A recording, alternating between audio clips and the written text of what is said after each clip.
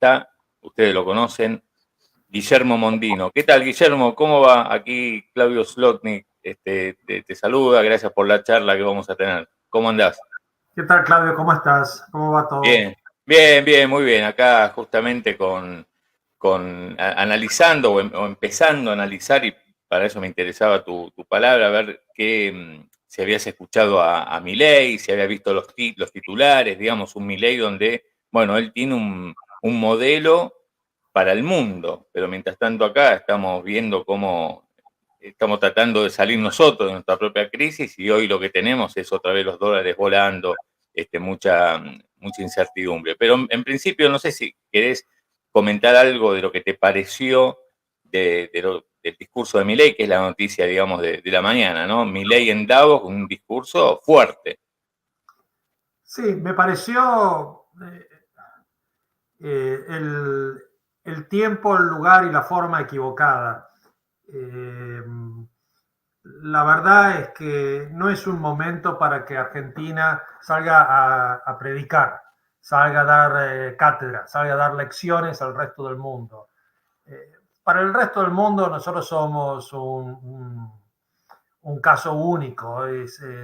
Todo el mundo, digamos, somos el motivo hasta de bromas en el mundo económico, empresario, financiero. Somos motivos de dolores de cabeza importantes. En el balance del Banco City hubo un encargo especial, una penalización especial de fin de año, producto de pérdidas por la devaluación grande de Argentina.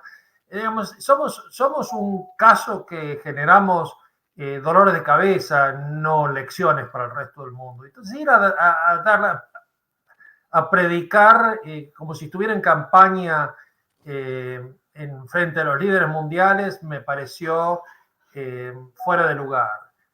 Por otro lado, ir a decir que el socialismo pone a riesgo la economía global y que el libertarianismo, etcétera, no sé si es el lugar tampoco, digamos, no vamos a Davos, no es que en Davos tengan muchos socialistas enfrente, ¿no? Entonces, qué sé yo, no sé, yo esperaría que Argentina vaya con un poquito más de humildad, un poquito más de realismo de cuál es nuestra verdadera situación, a dónde estamos parados, un poquito más de realismo del presidente, reconociendo las dificultades genuinas que enfrentamos y con esa humildad pedir ayuda, pedir que por favor nos tengan paciencia, nos den espacio, nos den apoyo, que vamos a necesitarlo y mucho. No sé, digo, yo no hubiera hecho el discurso que dio el presidente de ninguna forma. Me pareció, insisto, el lugar, el momento y la forma equivocada.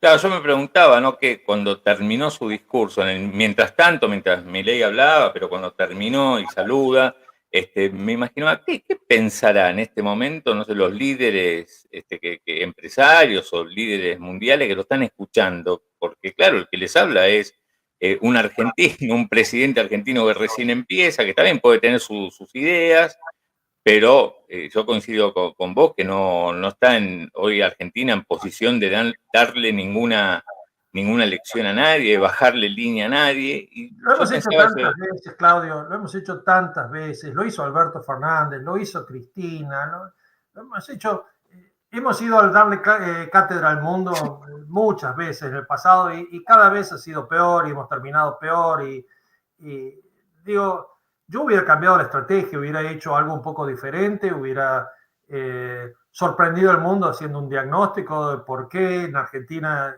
se daban las circunstancias que se daban, por qué eran necesarios los cambios que iba a impulsar, por qué la urgencia, por qué la vehemencia con la cual se enfrentan estas situaciones en Argentina, de forma tal de que el mundo lo entienda y vea y en todo caso simpatice con lo que se está proponiendo, pero es para Argentina y focalizados estrictamente en nuestro caso. No me parece que sea en este momento una cosa para exportar hasta tanto hayamos cosechado algunos éxitos.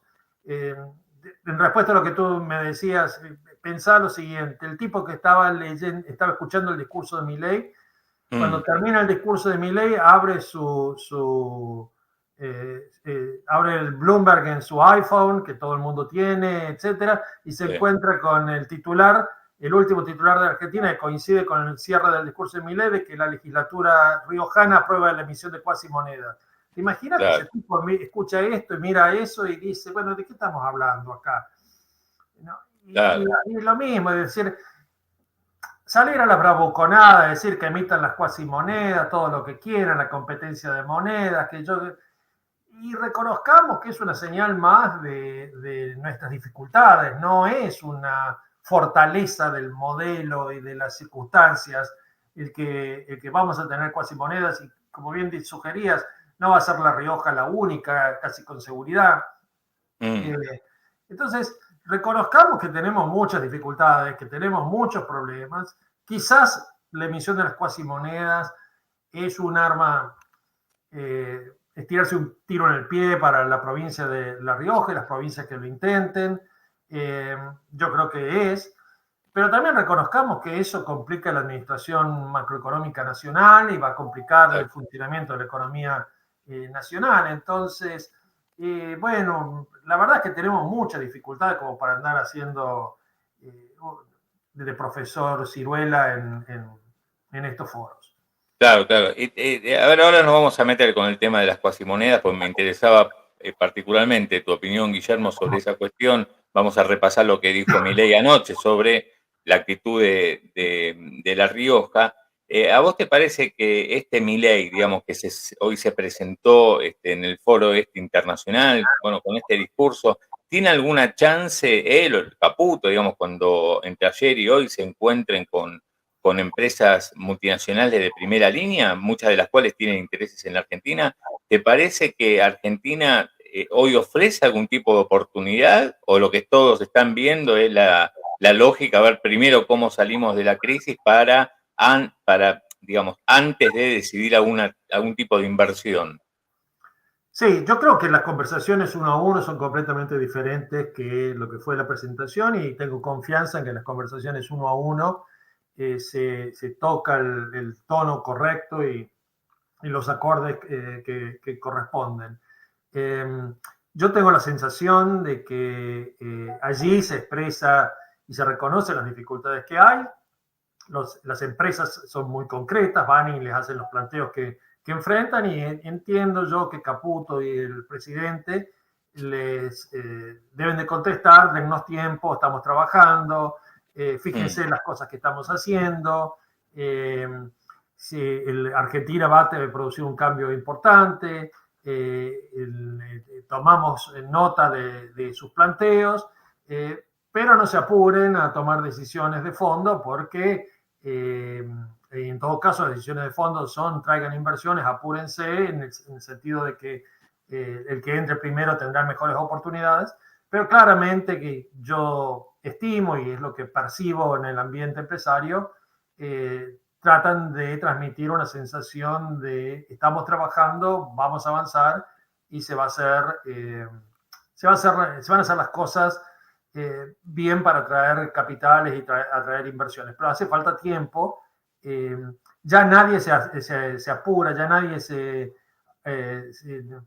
no es que la gente, los empresarios estén desesperados por venir a invertir en Argentina en este momento. Se van a tomar su tiempo todos, porque ya hemos dado amplias evidencias a lo largo de nuestros últimos 50 años de historia de las dificultades que tenemos para manejarnos ordenadamente. Y entonces eso, yo creo que ese diagnóstico lo tiene Caputo y lo tiene Milei, y lo transmiten con efectividad los empresarios.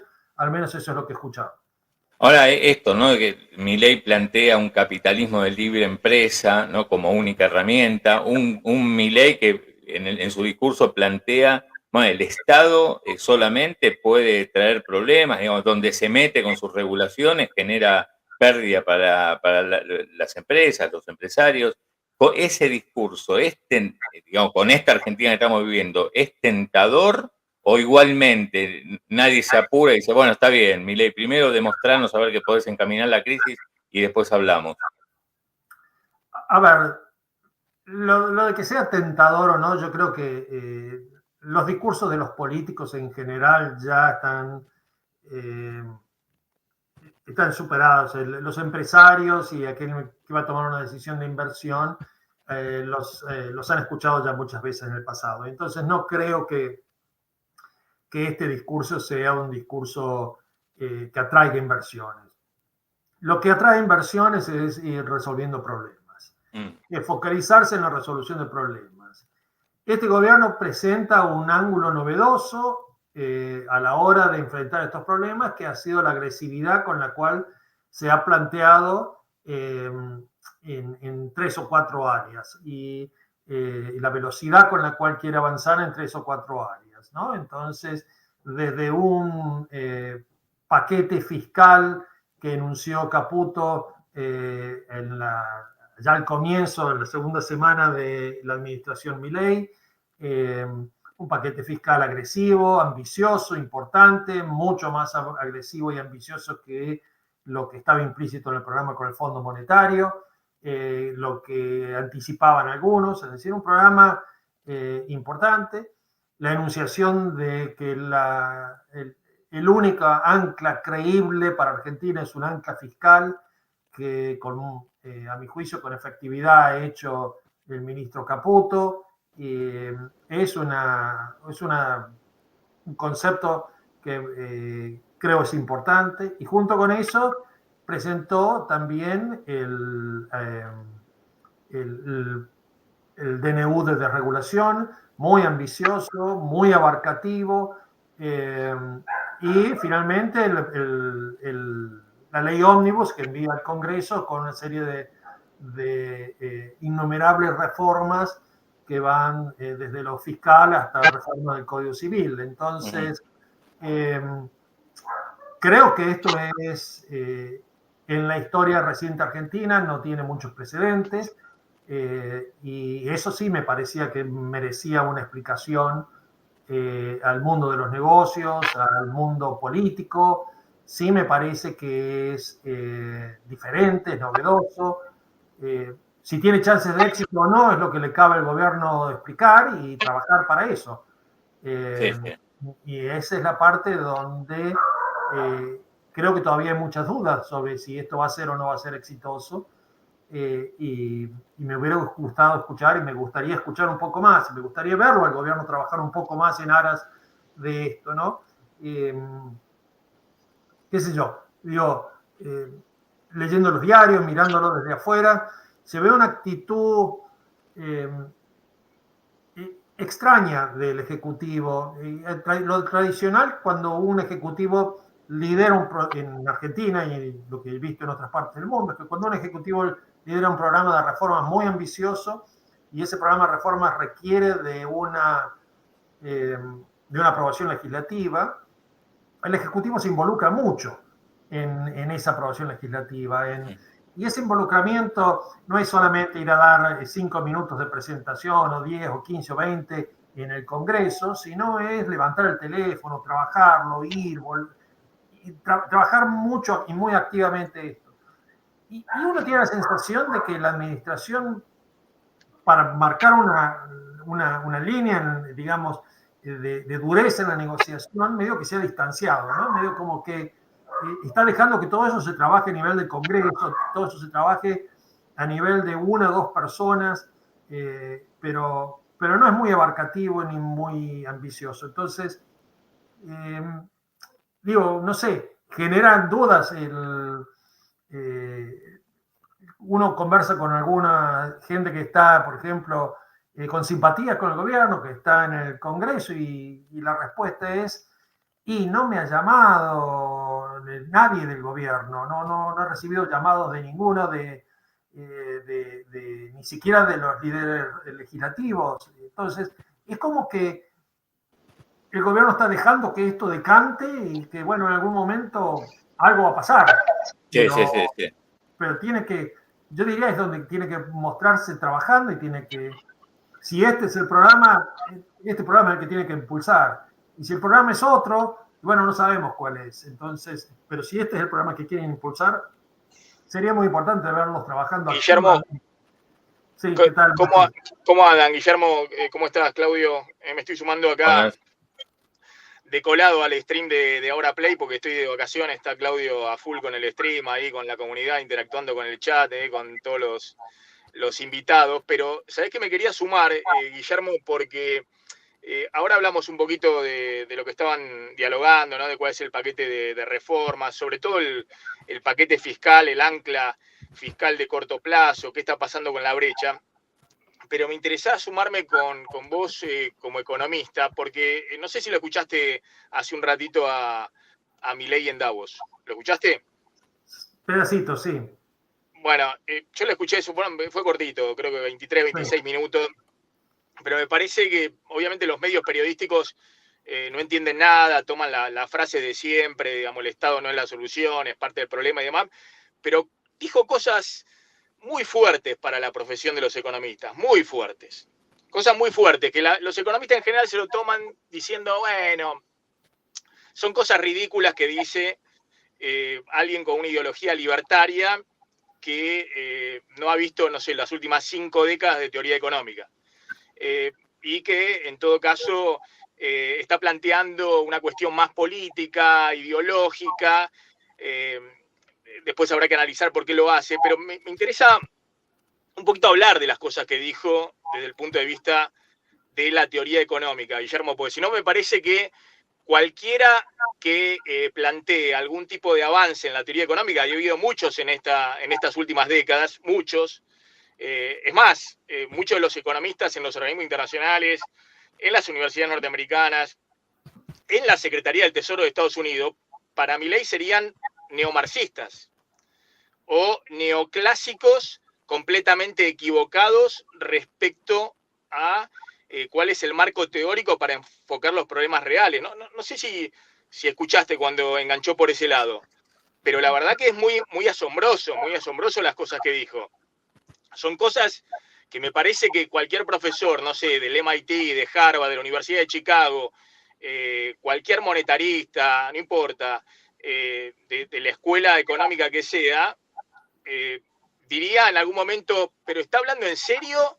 Porque él mismo dijo, en algún momento estas cosas que digo pueden parecer ridículas en este momento, ¿no? De que el capitalismo está amenazado por una doctrina de economistas y hacedores de política que tienden al socialismo y, en última instancia, al marxismo. Pero me gustaría una reflexión respecto a algunas de las cosas que planteó. Por ejemplo, plantea que no existen las fallas de mercado. Y hace toda una discusión respecto a lo que significa el crecimiento, pero al crecimiento económico que es cierto, ha sido impactante en las últimas décadas del capitalismo. Y plantea la cuestión de las economías de aglomeración, las economías de escala, la concentración económica. Ahora, desconoce las últimas 7 décadas de regulación antimonopólica en Estados Unidos, por ejemplo. Ni quiero hablar de Europa, ¿no? Porque para Milei serían todos comunistas en Europa. Pero en Estados Unidos, donde se la pasan todo el tiempo desmembrando empresas y obligándola a pagar multa o a fraccionarse justamente para garantizar la competencia en el capitalismo, que es la semilla de la innovación y del progreso. A ver, yo creo que vos lo dijiste bien. Muchos economistas tomamos algunas de las cosas que dice Milei como cosas muy extremas que implican, no te voy a decir desconocimiento de la teoría económica, porque Milei ha leído mucho de teoría económica reciente. De hecho, curiosamente, se popularizó por Twitter una foto donde está Milei y tiene sobre el escritorio un texto muy reciente de macroeconomía de Felipe Campante, Andrés Velasco y Federico Sturzenegger. Es un texto que utilizamos para dar clase muchos y estaba muy actualizado. Así que creo que es cierto que Milei ha leído. Milei se popularizó en la esfera de Twitter, etcétera, también dando una explicación sobre la teoría de crecimiento económico, donde el tipo hace referencia a teorías bastante recientes, ¿no? Es decir, y cosas que se han escrito en los últimos 10 años.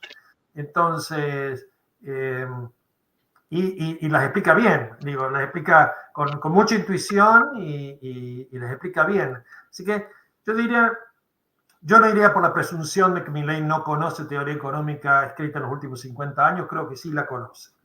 ¿Y entonces? Creo que Milei hace hombres de paja que sean fáciles de atacar y sean fáciles de identificar para su discurso político.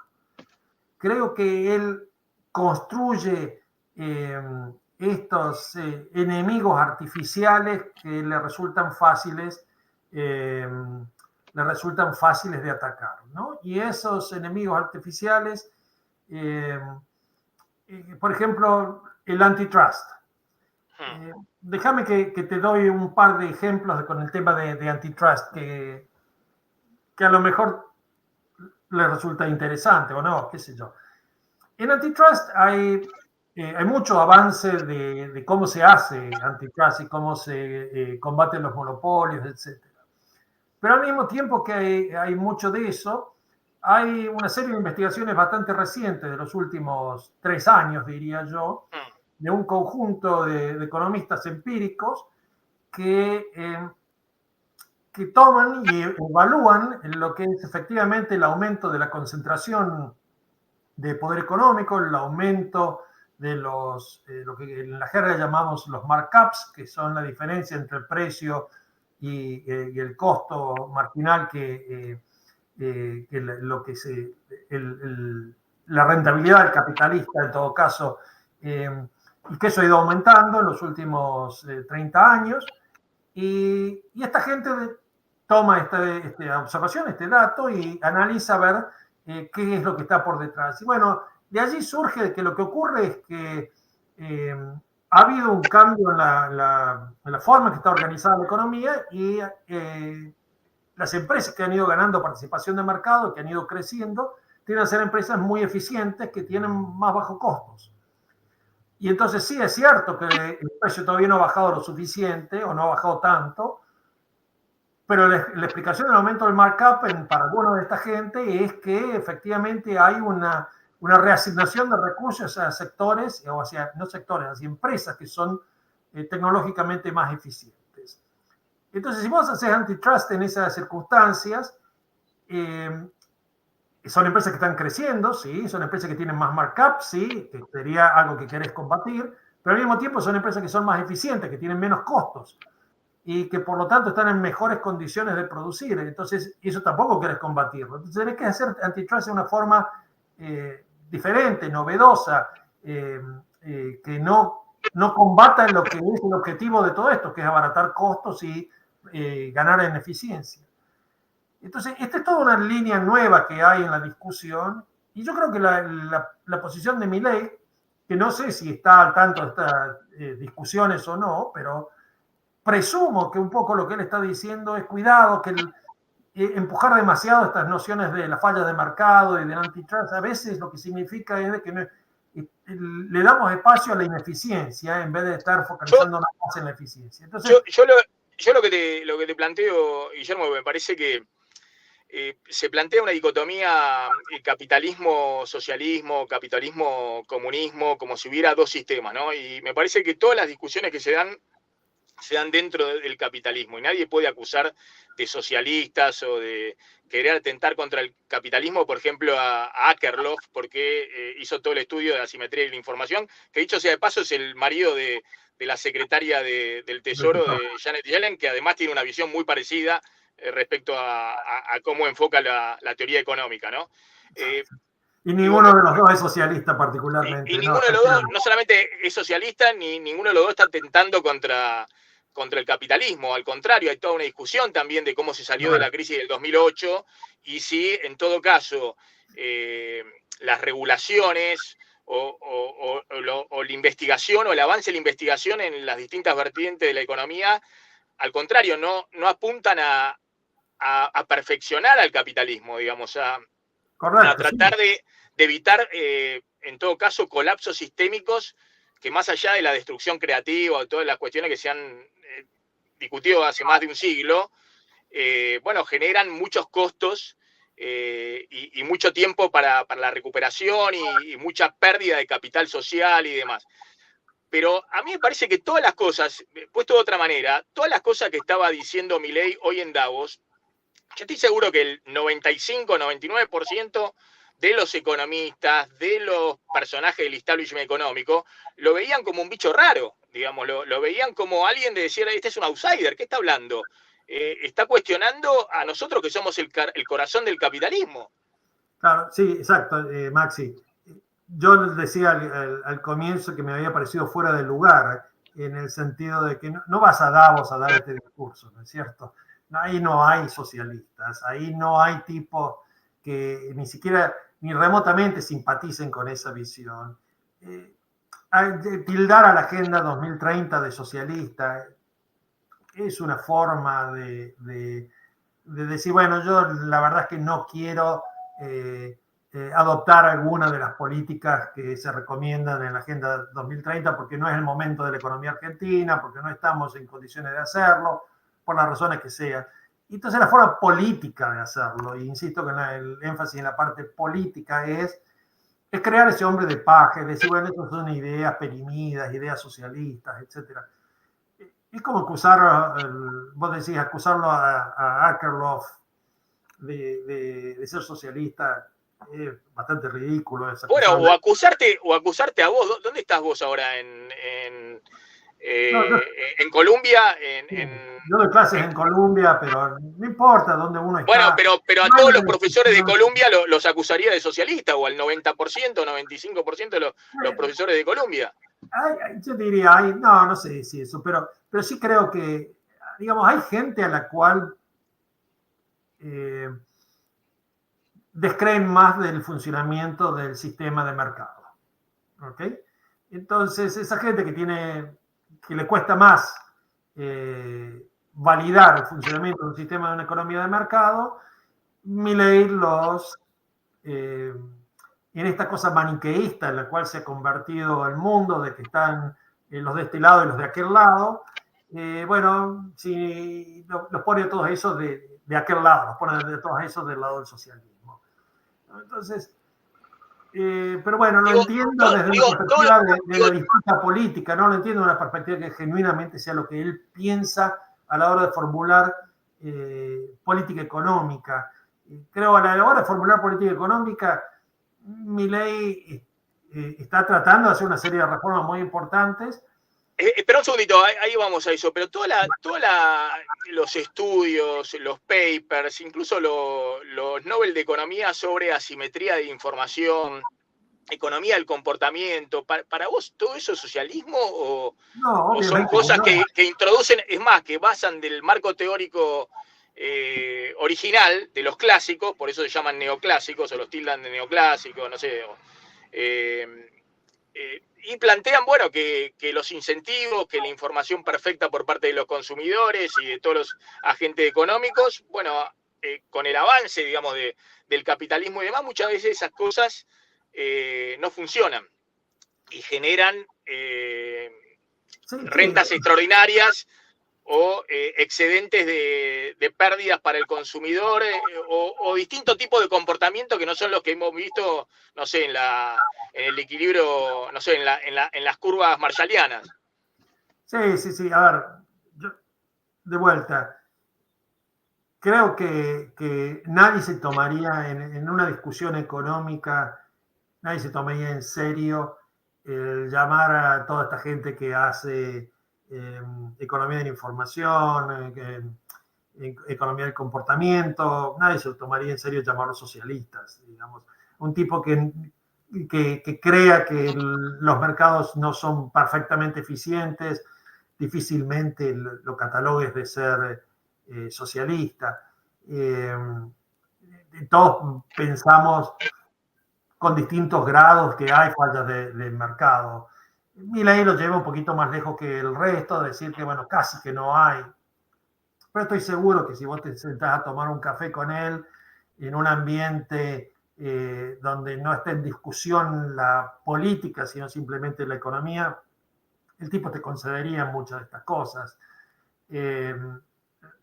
Obviamente que él es un ferviente creyente que cuando hay problemas de funcionamiento de los mercados, eso tenés que contraponerlos con los problemas de funcionamiento del Estado, y que entonces están las fallas del mercado y están las fallas del Estado, y él cree que las fallas del Estado son mucho mayores que las fallas del mercado, entonces él prefiere tomar partido con las fallas del mercado, en ese caso, es decir, me quedo con la economía de mercado.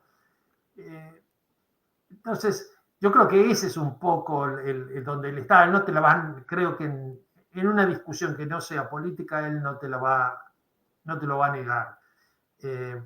El tipo es un tipo informado, el tipo es un tipo leído, es un tipo que ha hecho su tarea, pero de la misma forma también hace política hoy. Cuando hace política, y bueno, le resulta mucho más cómodo hacerlo de esta forma. Para los que no hacemos política y nos cuesta incluso entender cómo hacer política, y bueno, nos resulta un poquito contraproducente incluso ese tipo de caracterización. De planteos.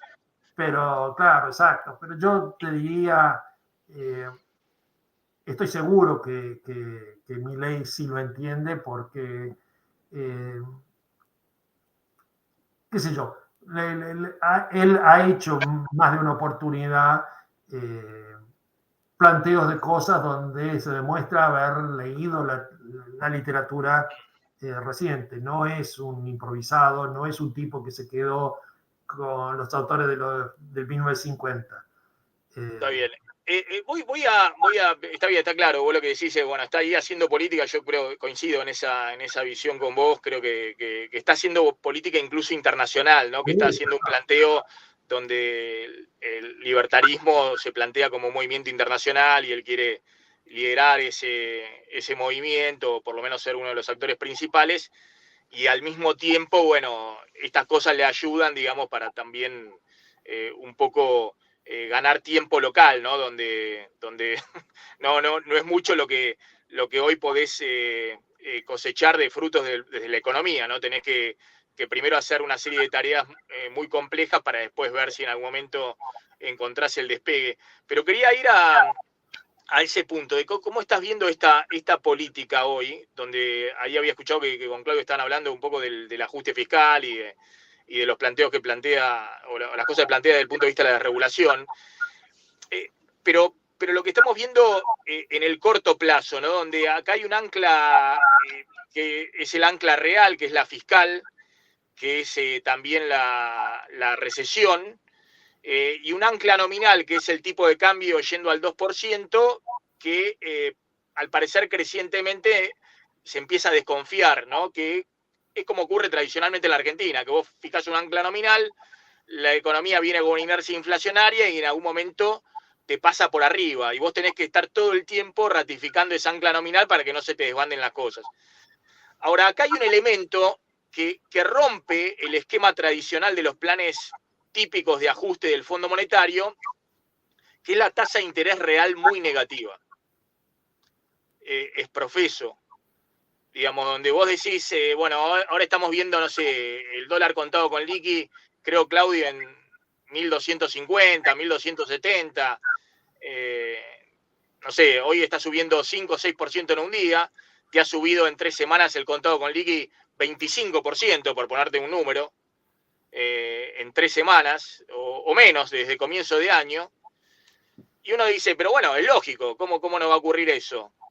Si estás licuando todos los pesos, estás con una tasa de interés real súper negativa, y estás con una inflación del 25%, ¿no? Estás balizándole el camino a la gente para que si tiene algún pesito, y ahora empieza con la demanda de dinero a liberarse algunos pesitos ahora desde fines de enero, el camino es andá, dolarizate, porque si no te van a licuar como en la guerra.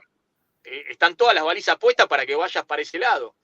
No sé cómo estás viendo ese elemento, si esto justamente es una falla de la política económica o está hecho ex profeso para ir y desembocar en algún tipo de dolarización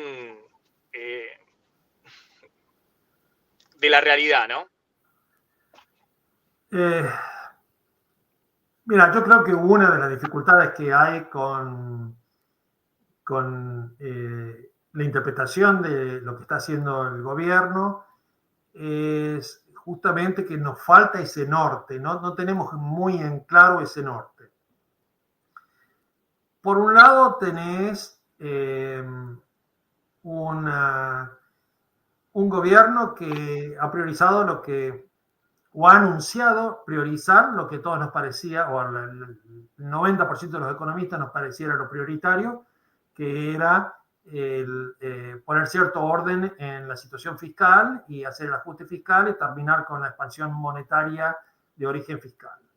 Entonces, y que sin eso cualquier cosa que hicieran era inviable, incluyendo la dolarización.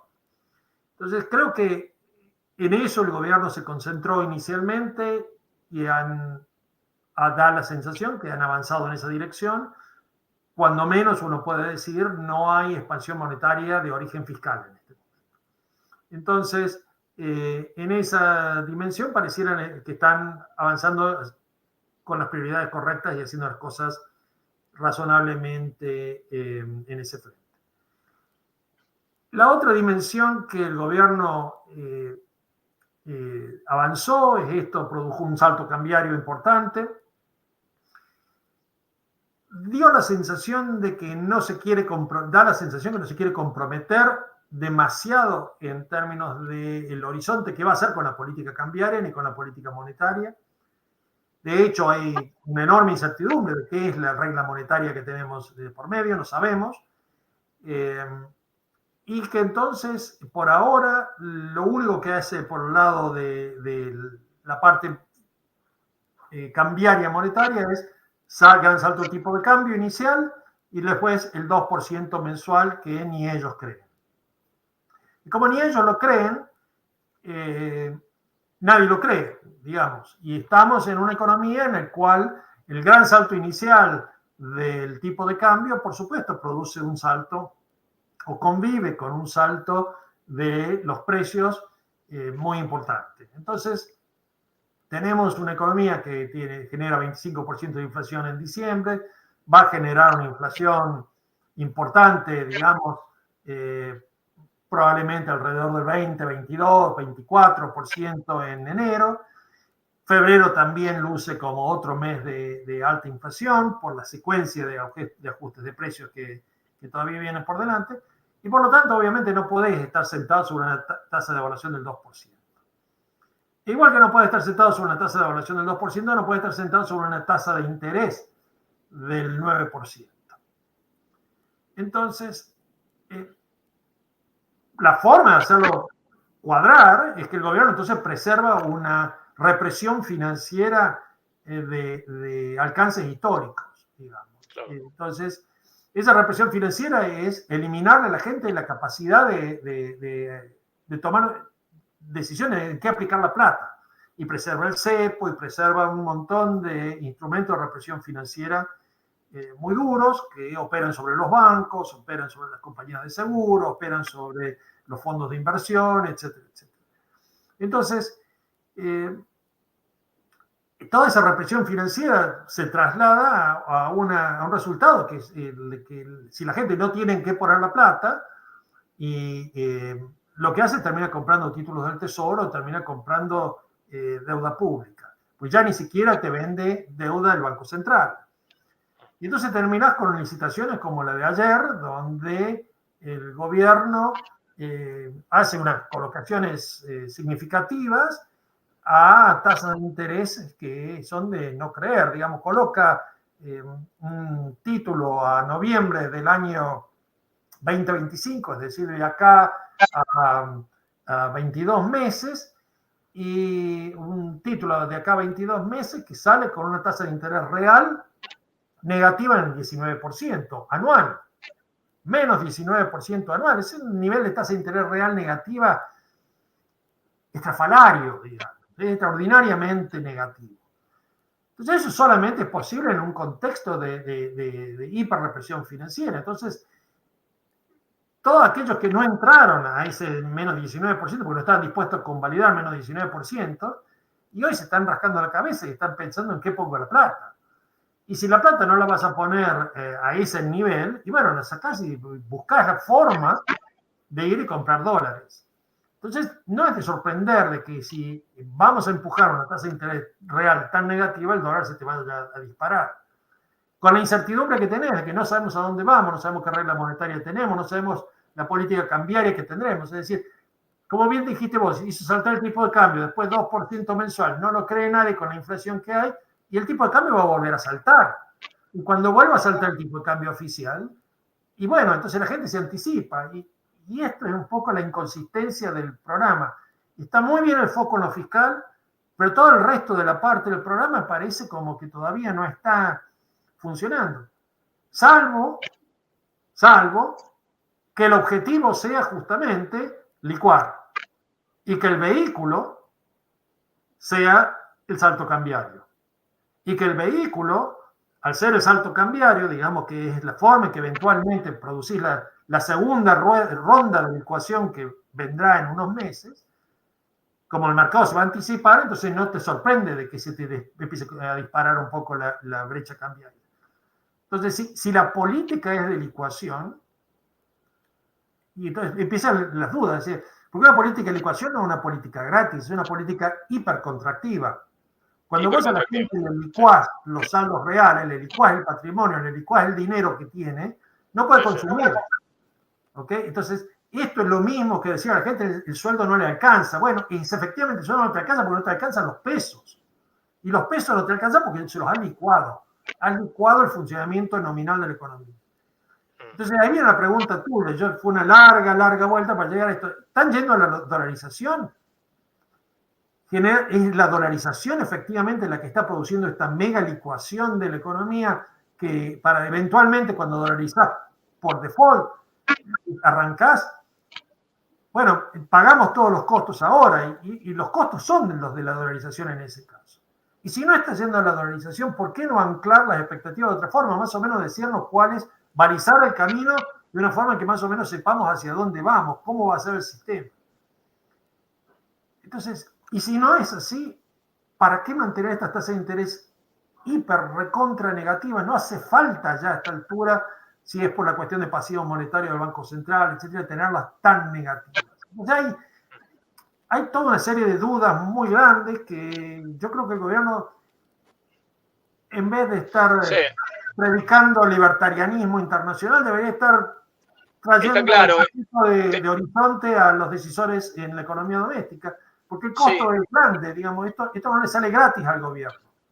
Sí, ahí coincido con vos. Yo creo que el gobierno hace algo muy bien, lo hace el propio Milei, más allá de Caputo, que es decir, vamos a tener 2 puntos de superávit primario. Si vamos a hacer un ajuste de 5 puntos del PBI, eso está muy bien. Algunos dirán, pero no, está muy bien. Y si no sale la ley ómnibus y no sale el DNU, pero lo vamos a hacer, vamos a ir a cero con los subsidios, pero de alguna manera lo vamos a hacer. Será un shock por otro lado, pero lo vamos a hacer. Eso, más allá de que lo hagan o no, tienen que decirlo y tienen que decirlo en ese tono, porque esa es la única ancla que tienen. Correcto. La idea de que va a haber 5 puntos de ajuste fiscal, ¿no? Y que vas a ir directamente a un equilibrio, a déficit cero total, incluido intereses de la deuda. Ahora, lo que no está haciendo lo que vos decís es también trabajando las expectativas con el resto de las variables. Porque si no generás, de nuevo, Milei diría no, que ajuste el mercado, que es muy eficiente para esto, pero bueno, el ajuste es mucho más contractivo de lo que podría ser si vos marcaras los senderos. Porque a veces hay a corto plazo y de coordinaciones. El propio Milei reconoce, lo reconocía Friedman aparte, los rezagos de la política monetaria. Vos dejás de emitir, e igualmente, si se te dispara el tipo de cambio, se te dispara la brecha, bueno, vas a tener que volver a ajustar combustible, vas a tener que ajustar todavía más tarifas públicas, y bueno, y la inflación, vas a tener una recesión brutal y igualmente va a tener una inflación muy, muy alta. Sí, yo exactamente, coincido plenamente con lo que estás diciendo. Yo personalmente creo que el ajuste fiscal, si bien es contractivo, y no voy a decir que nunca de que este ajuste fiscal puede ayudar a que la economía crezca en el corto plazo, es inevitablemente contractivo. Yo creo que lo estamos haciendo, todavía el costo del ajuste fiscal no lo estamos viendo, lo que estamos viendo es el costo de la licuación. Lo que estamos viendo es el efecto del salto de precios. Y es ese efecto del salto de precios el que a mí me preocupa porque está generando un parate en la economía real que es preocupante, porque sobre ese parate en la economía real, producto de la licuación, va a venir encima en los próximos meses el ajuste fiscal. Es decir, perdón, por ahora esa licuación es el ajuste fiscal. Por ahora la licuación es el ajuste fiscal. Exacto. Y eso opera sobre un segmento del gasto público, pero todavía te falta toda la parte impositiva, nos falta toda la parte tarifaria, nos falta un montón de la sustancia de lo que es el ajuste fiscal. Pero, Guillermo, vos decís que... El ajuste fiscal, todos estamos diciendo hay que hacerlo, sí, está bien, aplauso, medalla y beso. Lo que estamos discutiendo es, ¿era necesario todo este otro cóctel que estamos, consecuencias de las cuales le estamos pagando hoy? Y que a mi juicio vienen de una falta de tener un norte en la política monetaria cambiaria claro, convincente, que coincida y que sea consistente con lo que estamos haciendo. Ahora, Guillermo, vos lo que decís es que efectivamente, te pregunto, la próxima estación o la última estación de esto que estamos viendo, esta dinámica, es la dolarización. No estoy diciendo necesariamente es la dolarización, estoy diciendo no sé qué es. Ese es mi problema. Mi problema es que no sé qué es. Si fuera la dolarización, la pregunta siguiente sería ¿qué es dolarización con qué? Porque si es dolarización sin dólares, entonces sí que tenés mega licuación. Y entonces sí que tenemos todos estos costos. Lo que está ocurriendo es que como no tengo claridad en qué dirección voy, el mercado empieza a hacer inferencias sin saber muy bien hacia dónde vamos. Y entonces tiene que poner probabilidad al escenario que vamos a una dolarización sin dólares, con lo cual es hiperlicuadora, a un escenario donde de pronto aparezca un donante o alguien que los aporte los 15 o 20 mil millones de dólares, al cual, si vos me preguntás a mí, la probabilidad es cero, pero bueno, el mercado le pondrá algo de probabilidad. El mercado le pone probabilidad que vayamos a otro régimen monetario diferente, con otro esquema, y luego pone probabilidad a un escenario que se abandone todo esto, que ninguna de estas cosas sobrevivan. Entonces, el mercado tiene que evaluar todo esto cuando tiene tanta incertidumbre, cuando no sabe sobre la base de que está parado. Si vos crees en los mercados, tenés que pensar que el mercado es bastante racional y está evaluando todo esto y necesita usar la información que tiene. Y la información que hoy tiene es confusa. Es confusa porque no sabemos a dónde vamos, no tenemos un norte. No tenemos ni siquiera un programa con el fondo claro. Lo que tenemos es el final, la cola final de lo que fue el programa del fondo que firmó Guzmán, luego revisado por Massa y ahora revisado por Caputo, porque ni siquiera sabemos los detalles. Entonces tenemos ya el final de un programa moribundo que sirve solamente para mantener a la Argentina al día con el fondo, pero que no sirve ya para anclar expectativas de ninguna especie.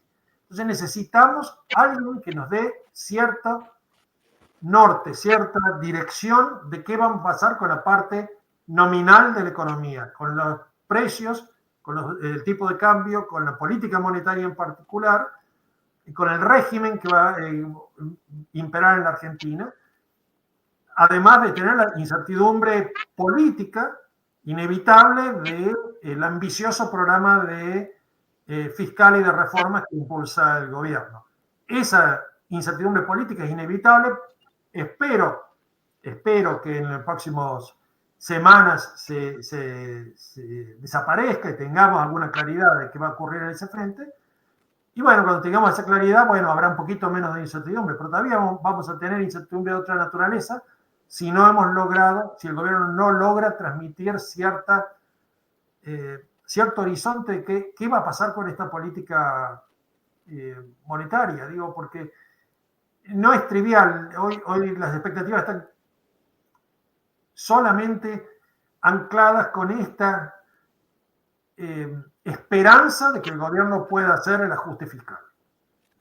Guillermo, justamente en este contexto, mira, la noticia de última hora es que la legislatura de La Rioja aprobó el lanzamiento de la cuasimoneda ahí en La Rioja y vos arrancaste esta charla haciendo mención, digamos, a que esto es un verdadero problema. A ver, ¿en dónde situás vos, en este contexto que vos estabas realizando, en tu análisis, esta decisión de La Rioja de sacar una cuasimoneda?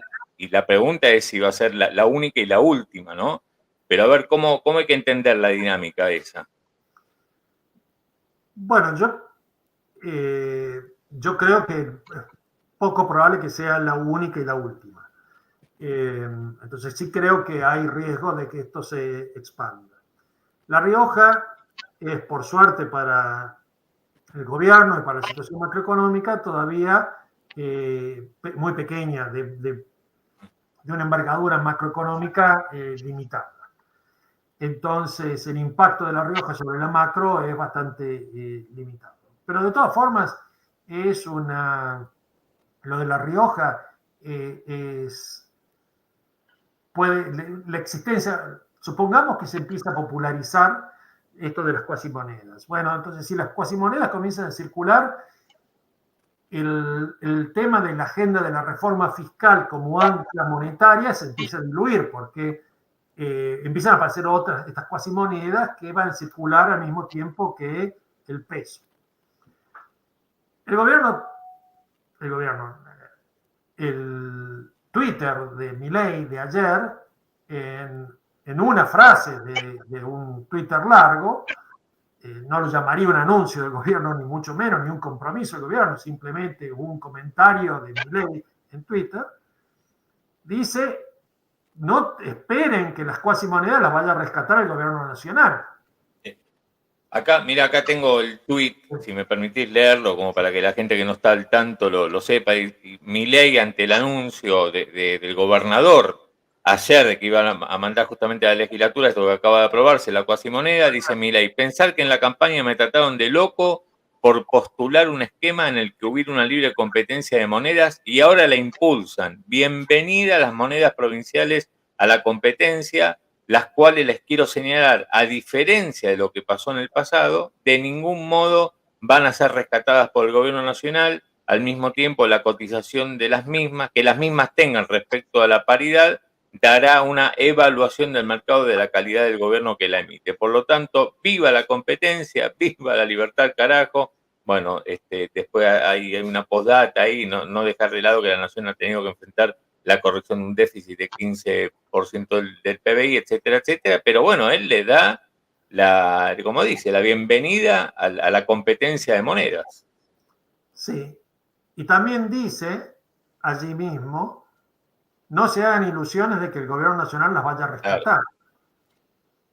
Pero eso no es creíble porque no es lo que hemos hecho en el pasado. No es lo que se hizo con las cuasimonedas en los 90 y no es lo que se hizo con las cuasimonedas que se emitieron desde el 2001, entre el 2001 y el 2002, que la rescató el gobierno nacional, la rescató el Banco Central.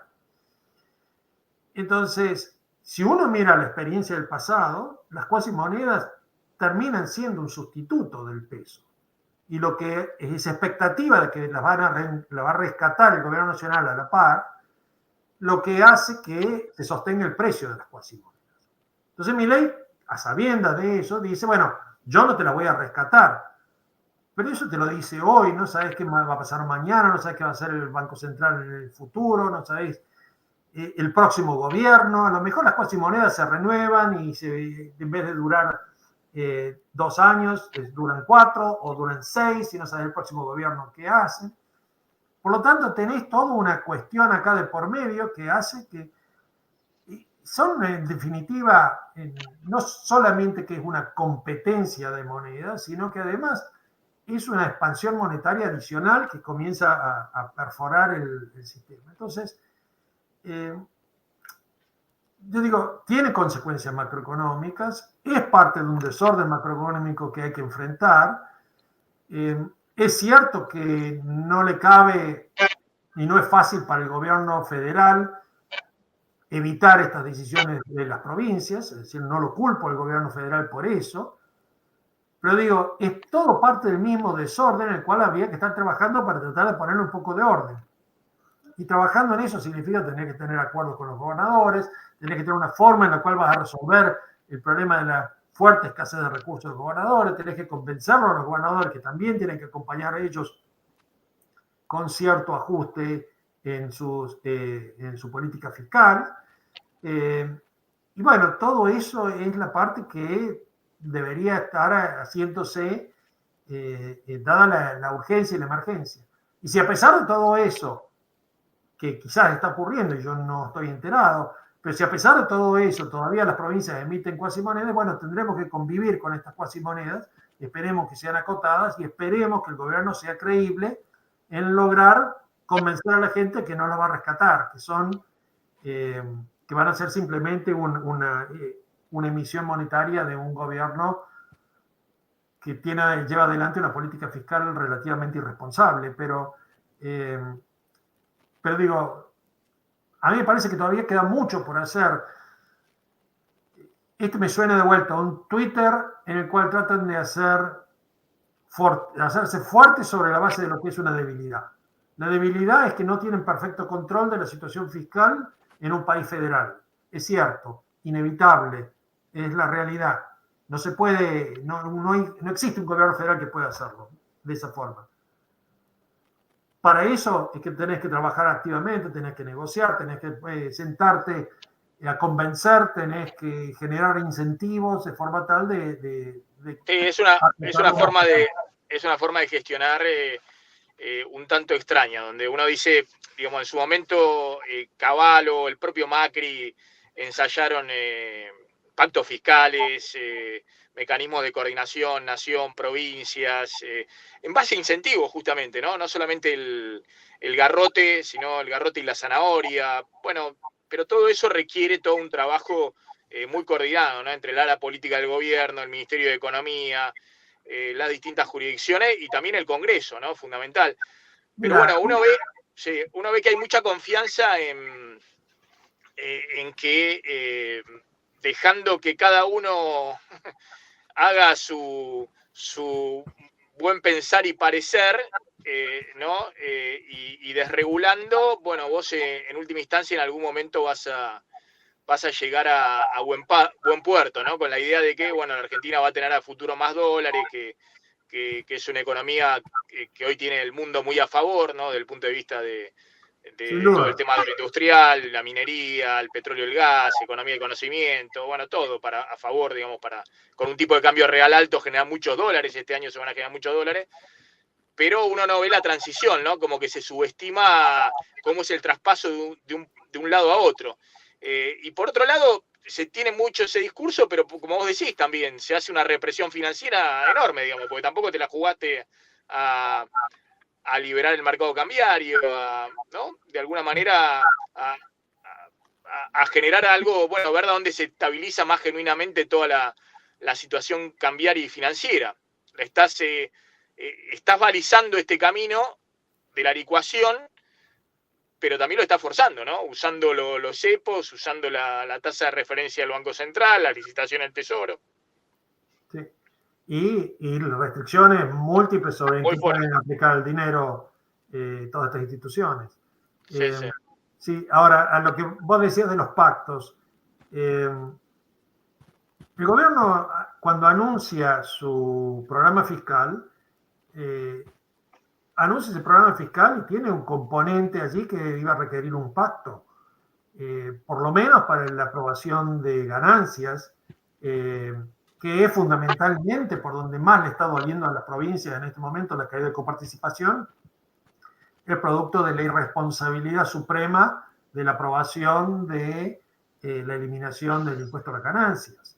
Irresponsabilidad que lideró el ministro candidato Massa y que apoyó en el Congreso el presidente Milei. Entonces, de ahí viene la caída fuerte de los recursos coparticipables y de allí es que entonces estas provincias tienen, sobre todo las que dependen mucho de coparticipación, como el caso de La Rioja, que tienen un problema grande. Eso se iba a resolver presumiblemente porque las provincias deben apoyar en el Congreso la iniciativa de restituir ganancias. Milei decía, yo voy a pagar el costo político de la aprobación, pero ustedes tienen que ser los que me pongan los votos en el Congreso. Bueno, no se ve ese trabajo, no se ve eso. Las provincias trataron de defenderse diciendo, no, participemos otros impuestos, hagamos otras cosas, pero la realidad es que todavía no se ve en el trabajo del Congreso a dónde está ganancias. Digamos, no están en la ley ómnibus. Entonces, ¿cómo van a resolver esto? Bueno, requiere ese trabajo que hoy por hoy, visto desde afuera, cuesta percibir qué se está haciendo, ¿no? Y si la consecuencia de no hacerlo es que varias provincias empiecen a emitir cuatrimonedas, me empiezo a preocupar. Si la consecuencia es que solo La Rioja lo hace, bueno, qué sé yo, es terriblemente dependiente de la copa y son muy pequeños y qué sé yo, bueno, que ese caso está mucho más acotado y menos grave. Pero provincia de Buenos Aires puede ser la próxima, y si es provincia de Buenos Aires... Claro. Y es el 40% del producto de la Argentina, así que me parece que la clave va a estar ahí, en que haga Kicillof, que Kicillof políticamente, digamos, fue el elegido por Milei para la confrontación. Entonces vamos a ver cómo le responde a esa pelea Kicillof, si no es justamente poniendo sobre la mesa su propia cuasimoneda. Guillermo, no sé si te quedaba algo más por decir, pero bueno, agradecerte esta charla acá. Realmente el chat, no sé si Maxi lo puede ver, pero está a full, con todo el mundo muy prendido, muy enganchado, mucha gente opinando además acá en el stream. Muy bien. Yo la verdad que no, salvo que tengan preguntas, no tengo mucho para agregar. Bueno, fenómeno. ¿Te parece bien, Maxi? Así sí, saludarlo gracias. A Guillermo. Gracias, Guillermo. Sí, tengo un problema. Gracias a ustedes. Bueno, ahí estaba Maxi con un problema de último segundo, pero bueno, hasta la próxima, Guillermo. Gracias. Un abrazo a ambos. Hasta luego. Bueno, Claudito, tengo un problema, me están llamando acá de todos lados y se me desconecta la conexión. Pero ahí seguí, que va fantástico. Ahí en el stream de Ahora Play está full el chat. Veo que aparte tenés un debate interesantísimo. Sí, ahora un debate entre empresarios, Maxi, empresarios, hay un comité de empresarios que salió directamente a bancarlo muy fuerte a Milei, y empresarios pymes sobre todo que están diciendo que con estas políticas de Milei les está yendo peor que antes, así que bueno, ahora nos metemos en ese tema. Ahí te perdí la voz, Montenegro, pero bueno, la gente acá contenta que te vio, la verdad que no te escucho, Montenegro. A ver si te muteaste o qué. A ver, habla. No te escuchamos. No te escuchamos. A Montenegro no lo escuchamos. Bueno, después la seguimos. Ahí me dicen si estás en el Renault 404. Bueno, se quedó con... Ahí está. ¿Escuchás bien, Montenegro, vos? Ahí estoy escuchando. Ahí estamos. Sí, perfecto. Ahí está. No, que decía un día muy movido, digamos, con el dólar. Y tenés un buen micrófono ahora, se te escucha bien. Mira qué lindo. Gracias al amigo sí. Alan Berrua. Sí. Ahí habla tranquilo, ¿viste? No hace falta inclinarte demasiado sobre el micrófono. Estás perfecto así. No. Me gusta. Sí. Se nota que te gusta ahí hablar con el micrófono ahora, ¿no? Sí, es distinto. Te extrañamos, Montenegro. Es distinto, se te escucha distinto. Mirá cómo están todos en el chat elogiándote como estás entusiasmado hablando al micrófono. Sí. Y bueno, viste, es así. Bueno, gracias a todos ahí en el chat. Bueno, extraña a la gente de Montenegro acá, Tengo cerrado el techo del 404, por eso no se escucha, como dicen. Ahí dice Javier en el chat. ¿1.300 mangos el blue en este momento? 1.240, 1.250. No sé, ahí hay un amigo que nos dijo que recién preguntó cotización, le dieron 1.300. Pero bueno, viste, cuando se se dispara. Entonces, Lo que precio hay que para ver es los la tendencia, más allá del blue, los dólares financieros, y ahí se ve que hay demanda, ¿no? Que sí, están demandados, el 5% de suba en un día el contado con liqui, de nuevo, ¿no? Uno hace las cuentas frente a una tasa de interés del 9%. ¿El MEP cuánto está subiendo hoy también en el día? También 3, y 4% en el día. 4%, sí. 4%. Estuvo Sí. volátil, pero con esa suba. Pero se hacen las cuentas, ¿no? Desde el principio de año, 15 días, entre 18 y 23% la suba del dólar. Y bueno, son 2 meses de tasa de interés, ¿no? De plazo fijo. Entonces, Sí. bueno, la licuación es fuerte, no solamente frente a la inflación, sino si se mueve ahora la brecha así, también frente al dólar. Entonces, eso empieza a marcar más firmemente el camino de dolarizate, porque si no, perdés frente a la inflación, perdés frente al dólar, te están licuando por todos lados, ¿no? Y me parece Claro. que ese es un problema, porque el gobierno necesita en este momento, no digo que mantenga una brecha del 10%, porque eso era totalmente irreal, o del 20%, pero necesita que la brecha en este momento no se dispare por arriba de estos valores, porque si no se retrae totalmente la oferta de dólares de exportación, se retrae porque están viendo todos la próxima devaluación, y por otro lado, bueno, tenés un problema de lo que venimos contando siempre, ¿no? De todo el pago de importaciones que empezás a hacer y que tiene todo un sendero que empezó esta semana, donde el Banco Central va a tener dificultades claramente para seguir acumulando dólares, ¿no? De acá a Claro. marzo, abril. Sí. Dólares que por ahora estuvieron ahí comprando, pero tal cual es como vos decís, vamos a ver qué pasa en las próximas semanas. Dale, Bueno, Montenegro. ahí está, ahí tenés a los empresarios. Sí. Te dejo y me quedo acá enganchado al stream de Ahora Play. Gracias a todos por participar. Bueno, habrá novedades próximamente respecto a cuándo volvemos. Ahí veo muchos están ahí, no me traicionaron todavía, que siguen recordándome. Así que, bueno, algunos me quieren rajar ya del stream. Así que me voy y nos reencontramos en la próxima. Dale. Chao, Montenegro. Gracias. Bueno, Chau. hasta luego, gracias a vos. Bueno, ahí estaba Maxi acá en el streaming.